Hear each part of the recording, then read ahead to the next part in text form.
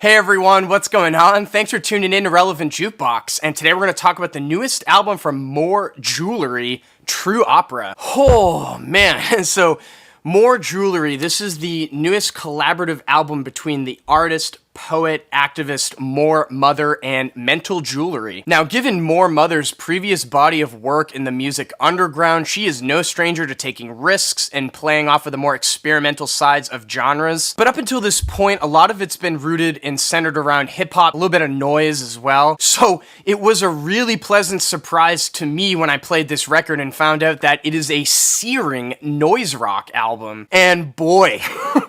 is it a good one? Oh yeah. This album is raw sounding, visceral, and absolutely noisy as hell, exactly like you would want a noise rock record to be like. And to my understanding, this record was actually recorded in 2 different studio sessions, and I think that plays into the real raw aspects of this record to its favor, because some of this stuff feels really in the moment, like it's been improvised. The heaviness of the drums and those searing guitars playing off of each other reminds me of bands like Arab on Radar, which is also a really awesome noise rock band. If you had not heard before, suggest checking them out. But overall, these tracks are a lot groovier than a lot of what other noise rock and no wave bands bring to the table overall. And there's a lot of really, really catchy bass lines woven in here, like they're pulled out of like a Mission of Burma project. All of this is paired with the completely unhinged and insane sounding vocal performances of Moor Mother, which ranges from her more ominous, almost like spoken word delivery that I would have expected, to her absolutely screaming her brains out at times, like on the tracks Look Alive, No Hope, and Eugenics. The record is pretty brief overall, but in my opinion, it's like the perfect length for tracks that operate on this type of a pacing and ferocity level. And also the way that this album concludes is absolutely perfect in my opinion with the track Shadow. It still holds all the same aesthetic qualities as the rest of the record, but there's a noticeable chord progression in it, and Moor Mother's catchy refrains on this track make it come off brighter and more uplifting than the rest of the record, which is a really cool tone to end this album on, I think. So yeah, I mean, there's not really much more I have to say about this album than that I loved it. It provides all of that really raw, intense energy that my favorite noise rock records provide, with some really catchy bass lines and just some nasty,